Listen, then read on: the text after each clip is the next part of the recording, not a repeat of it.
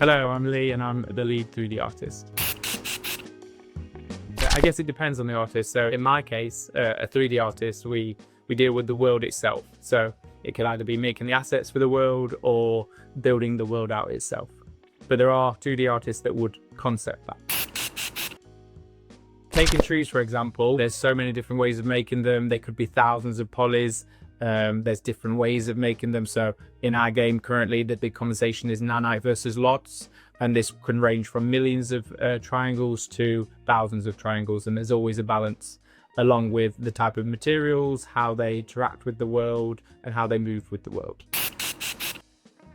I guess in the brief of open world mountain biking game, we had to figure out how to create a large scale environment with hills, with fields, bike routes, walking routes, like everything to go with a mountain bike game. So we need to find plugins or tools that could help us do this on a larger scale. So we managed to find a plugin that utilized what Unreal already did, but in a slightly different way. And we could create height maps, and we created height maps based on real mountains from Wales, and then started placing them within the world and seeing it's our own playground within Wales.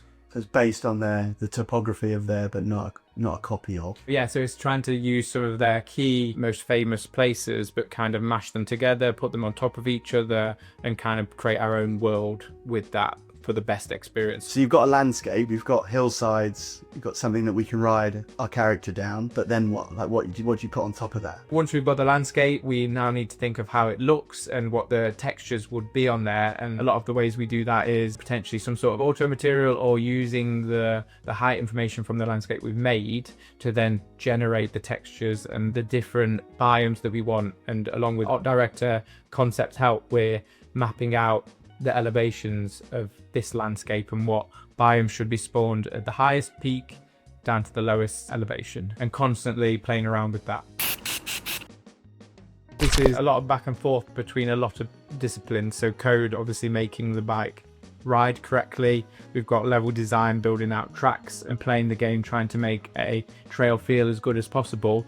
And then as art, start putting in assets. It's like, okay, how do we make this feel as nice as possible? But then how does it feel when you actually ride over a rock or a new path type, or we throw in some trees or something? Like, how does that feel? And I think there's been a lot of back and forth between a lot of people of when rocks first went in, it was so easy to die or fall off your bike. It was constant. And we had the first ever trail that was made was a heavily rocky area where you wanted to drop down on different rocks, but every rock felt like 1,000 speed bumps or something. It wasn't fun for a player. To this day, we're still trying to find out the best way of how you should interact with things. There's still going to be rocks that don't feel right, or a rock feels like a ramp. And in some cases that would be perfect for a player, but there's still going to be cases where, oh, we shouldn't hit that. There's a little bit of root sticking out the ground. Should a player hit it? Should they not? And I think there's always going to be feedback from players, feedback from the team. Just adding a waterfall took weeks of arts time and designs time. There's so much landscape sculpting that needed to be done. There's hundreds of rocks that needed to be placed. It's finding the assets, and then after that, it's the waterfall itself. What effects should be done? How should the water go over the rocks? And how does it feel as you're riding past it? I guess a big one for Matt was a dam in the level. And this is something that's been so much back and forth. The time that's required to create one, to make it fit in the world, and how a dam works in real life. And again, finding the perfect balance between gameplay, something that matches in Wales, and it will be a huge asset to create, but it should give so much playability to the players.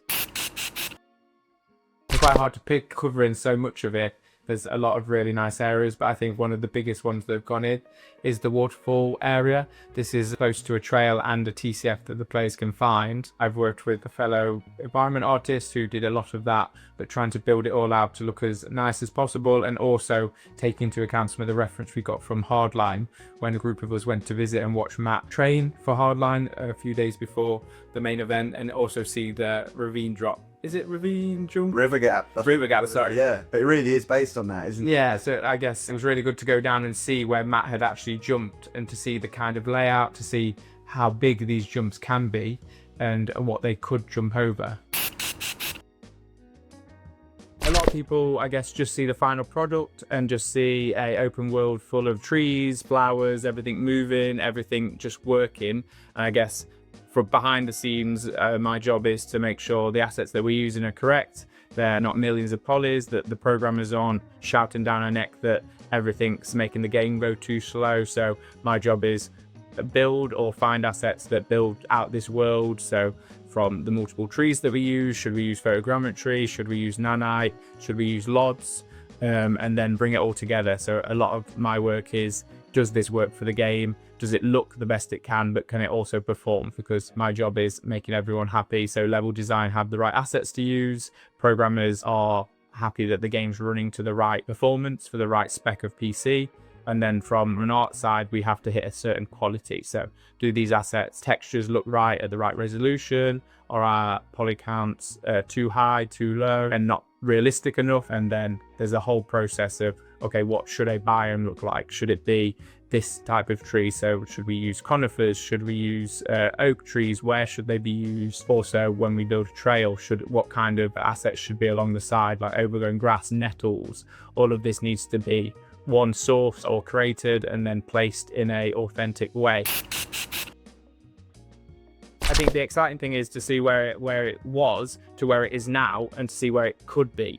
Like mine is, there's so much potential, there's so much that I want to do with it, there's so much that I think could be done with it, along with everything that's already been done.